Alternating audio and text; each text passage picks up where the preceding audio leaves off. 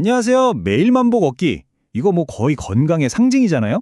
그런데 만약에 그 매일의 노력이 오히려 우리 몸을 조금씩 망가뜨리고 있다면 믿으시겠어요?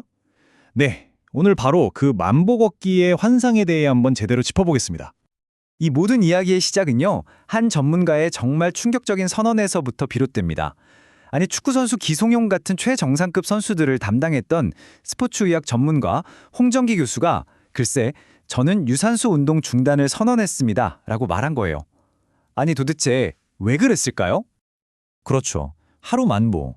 우리 스마트워치에도 뜨고 건강 앱에서도 계속 알림이 오고 정말 우리 시대의 건강 주문 같은 거잖아요.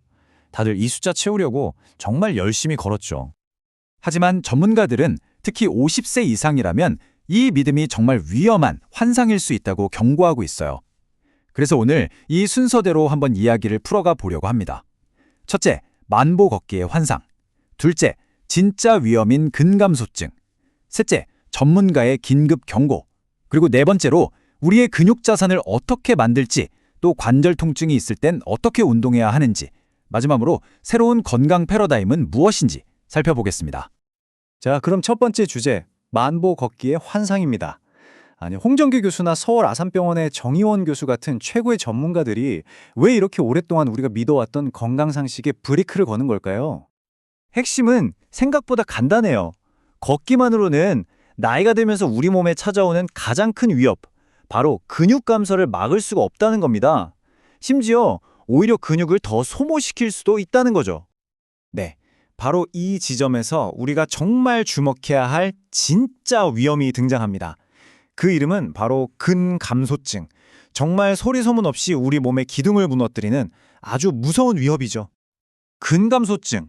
이게 그냥 나이가 드니까 기운이 좀 없네? 이 정도 수준의 문제가 절대 아닙니다. 이게 시작되면요, 쉽게 넘어지고 뼈가 부러지고 결국에는 다른 사람 도움 없이는 혼자 생활하기 힘들어지는 그런 심각한 질병으로 이어지는 도미노의 첫 번째 조각인 셈이에요. 이걸 보면 그 연쇄 반응이 정말 확 와닿으실 거예요. 보세요. 60대의 근육이 슬슬 빠지기 시작하면서 골다공증이 찾아오고요. 70대가 되면 이게 골반 틀어짐으로까지 이어집니다. 그리고 결국 80대에는 사소한 움직임에도 삐끗해서 넘어지고 골절로 이어져서 삶의 질이 그냥 뚝 떨어지는 거죠. 그리고 그 결과는요, 정말 충격적입니다. 한 미국 연구 결과를 보니까 70세 이상 고관절 골절 환자, 그러니까 엉덩이뼈가 부러진 분들 중 거의 절반, 50%가 1년 안에 돌아가신다는 거예요. 이게 그냥 뼈 좀 부러진 게 아니라 말 그대로 생사를 가르는 문제가 되는 겁니다. 자, 세 번째는 전문가들의 긴급 경고입니다. 특히 많은 분들이 빠지기 쉬운 함정, 바로 한국식 운동에 대한 경고인데요.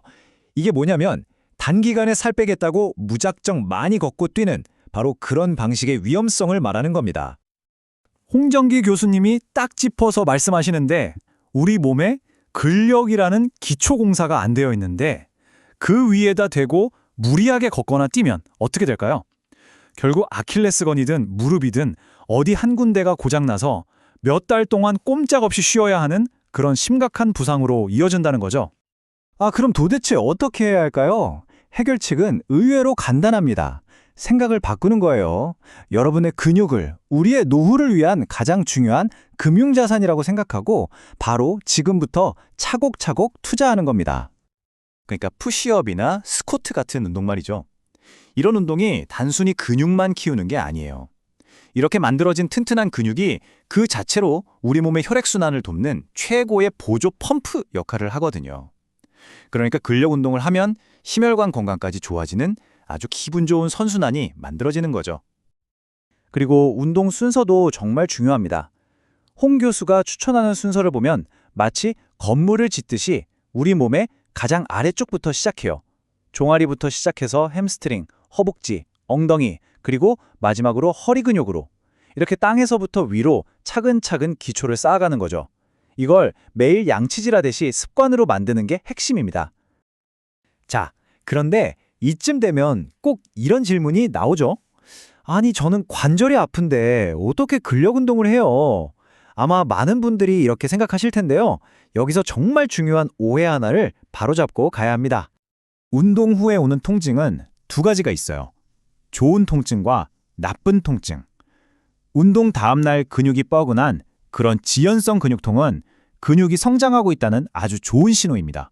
그런데 운동할 때 붓고 아프고 그게 며칠씩 간다? 이건 나쁜 통증이에요.